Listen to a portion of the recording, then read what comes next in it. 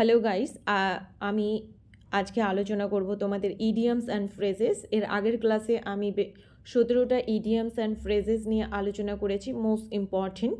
আজকে আমি বাকি কয়েকটি ইডিয়ামস অ্যান্ড ফ্রেজেস নিয়ে আলোচনা করব, যেগুলো বারবার পরীক্ষায় আসতে দেখা যায়। এগুলো হচ্ছে most important idioms and phrases. ফার্স্টে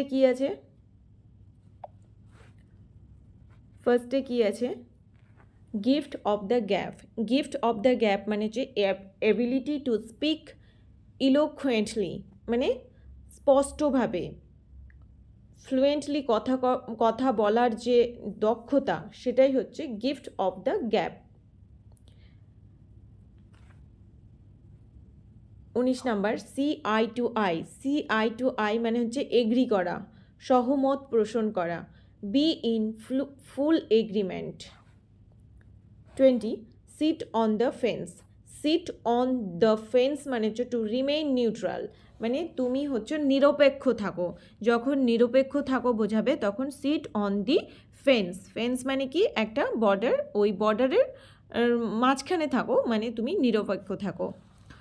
21, টু ফ্লক অথবা beat a dead horse, to attempt to do the impossible.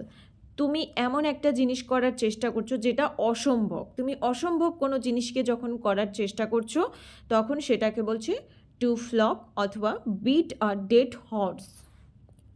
22, a blessing অথবা boon in disguise. A blessing in disguise অথবা আ বুন ইন ডিসগাইজ। ডিসগাইজ মানে কি? ছলনা। তো বলছে an অ্যাপিয়ারেন্ট misfortune that eventually has good results. A blessing in disguise এর মানেটা হলো যে তুমি দেখে মনে হচ্ছে এটা খারাপ, কিন্তু শেষ পর্যন্ত এটার রেজাল্টটা ভালো হবে। আ হিডেন ফেভার মানে লুকায়িত ভালো যেখানে আছে সেই জিনিসটাকে বলছে আ ব্লেসিং ইন ডিসগাইজ অথবা আ বুন in disguise. 23, a fish out of water. একটা মাছ ওয়াটারের বাইরে। মাছ ওয়াটারের বাইরে হলে কি পরিস্থিতি তৈরি হবে বুঝতে পারছি আমরা। An uncomfortable, unfamiliar, unsuitable position or situation. একটা মানুষ যখন খুব বিপদে পড়ে গেছে তখন সেই সিচুয়েশনটাকে বলবে a fish out of water. মাছ যেমন ওয়াটার ছাড়া ডাঙায় যেরকম অস্বস্তিতে পড়েছে, ঠিক সেরকম। 24, at the drop of a hat অথবা dime. At the drop of hat অথবা at the drop of a dime. A person out of accustomed without any hesitation, instantly, without having planned beforehand. মানে কোনো plan ছাড়াই যেটা সঙ্গে সঙ্গে ঘটে গেছে তখন সেটাকে বলবে at the drop of a head অথবা dime. 25, hold your horses. Hold your horses মানে বি পেশেন্ট, মানে ধৈর্যশীল হও, ধৈর্য ধরো। 26, it's raining cats and dogs, মানে খুব হেভিলি প্রবল বৃষ্টি হচ্ছে তখন সেটাকে বলছে it's raining cats and dogs. এখানে ক্যাট এবং ডগ মানে কিন্তু অ্যাকচুয়াল ক্যাট এবং ডগ নয়। 27, লিভ নো স্টোন আনটার্নড, মানে কোনো স্টোন নেই এরকম যেটাকে সে উল্টায়নি, মানে কি সমস্ত চেষ্টাই সে করেছে, কোনো চেষ্টা সে না করে থাকেনি, যতটা করা যায় সে ততটাই করেছে। Try every possible course of action in order to achieve something, কোনো কিছু অর্জন করার জন্য যা যা করা যায় সব কিছু করেছে।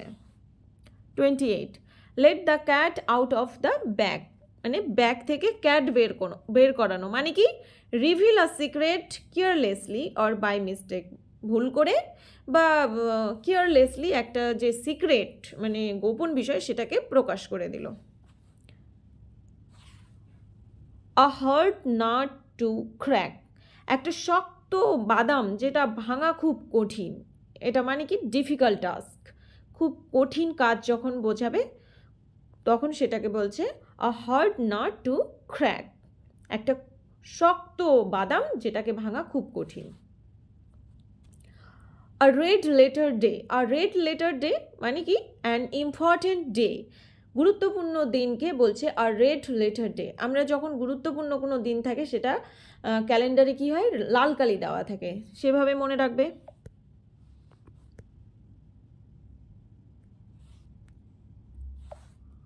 31 add fuel to the fire অথবা flames, add fuel to the fire, add fuel to the flames, make things worse মানে কোনো একটা জিনিস যেটাকে আরও খারাপ করে দেওয়া, সেটাকেই বলছে add fuel to the fire অথবা ফ্লেমস। কোনো আগুন জ্বলছে, সেখানে যদি আমি ফুয়েল জ্বালানি দিয়ে দিই তাহলে কী হবে, আরও দাও দাও করে জ্বলবে, সেটাই বলছে একটা খারাপ বিষয় যেখানে আমি আরও বিষয়টাকে খারাপ করে দিলাম, এরকম। Cry over spilled milk, cry over spilled milk মানে হচ্ছে to complain about a loss from the past, মানে এমন ভুলের জন্য তুমি কমপ্লেইন করছো যেটা অতীত হয়ে গেছে, কিছু করার নেই। Feeling sorry over a mistake that can not be changed or rectified, এমন ভুলের জন্য তুমি দুঃখ প্রকাশ করছো যেটা আর পরিবর্তন করা যাবে না। 33 through thick and thin, through thick and thin মানে হচ্ছে support under all circumstances in times of good and bad fortune, বলছে যে কোনো পরিস্থিতিতে তুমি কোনো কিছুকে সাপোর্ট করবে, সেটাই বলছে through thick and thin. 34 to end in smoke মানে ধোঁয়ায় শেষ হয়ে গেল, মানে কি টু কাম টু নাথিং মানে কোনো কিছু লাভ হলো না, মানে ফালতু চলে গেল, এরকম বোঝাচ্ছে। অল অ্যাট সি অথবা ফিল অ্যাট সি, পাজলড তুমি যখন সমুদ্রে পড়ে যাবে তুমি পাজলড হয়ে যাবে, সমুদ্র বিশাল, ঠিক আছে, তাহলে পাজলড মানে হতবুদ্ধি হয়ে যাওয়া, হতবুদ্ধ হয়ে যাওয়া। 36 bite off more than one can chew, কেউ যেভাবে যতটা চিবোতে পারবে তার থেকে বেশি কামড়ে নিয়েছে, মানে কি take on more responsibility than one can handle, একজন মানুষ যে রেসপন্সিবিলিটি যে দায়িত্ব হ্যান্ডেল করতে পারবে তার থেকে বেশি দায়িত্ব নিয়ে বসে আছে। তো এই ছিল ভিডিওটা যদি ভালো লাগে, মানে এই যে ইডিয়মসগুলো আলোচনা করলাম, ইডিয়মস অ্যান্ড ফ্রেজেসগুলো, এটা শুধুমাত্র ইম্পর্টেন্ট নয়, মোস্ট ইম্পর্টেন্ট, বারবার এসেছে পরীক্ষায় দেখা যায়। তো সামনে পিএসসি এক্সাম আছে, এএনএম জিএনএম 2025 আছে, তো তোমরা অবশ্যই এই ইডিয়মসগুলো দেখো। আমি বলছি না তোমরা একবার ভিডিও দেখে মুখস্থ করে নেবে, এটা কখনোই করতে যাবে না। তোমরা দেখো, প্রথমবার দেখলে না দেখার সময় পাচ্ছ, শোনো, কাজ করতে করতে শোনো, কিন্তু শোনো 3 থেকে 4 বার শোনো, তারপরে দেখবে অটোমেটিক এগুলো পরীক্ষায় তুমি হয়ে গেছে, সলভ হয়ে গেছে অটোমেটিক। তো এই ছিল ভিডিওটা ভালো লাগলে অবশ্যই লাইক করো, চ্যানেলটাকে সাপোর্ট করো এবং বন্ধুদের সাথে শেয়ার করো। ভিডিওটা স্কিপ না করে পুরো ভিডিও দেখার জন্য থ্যাংক ইউ।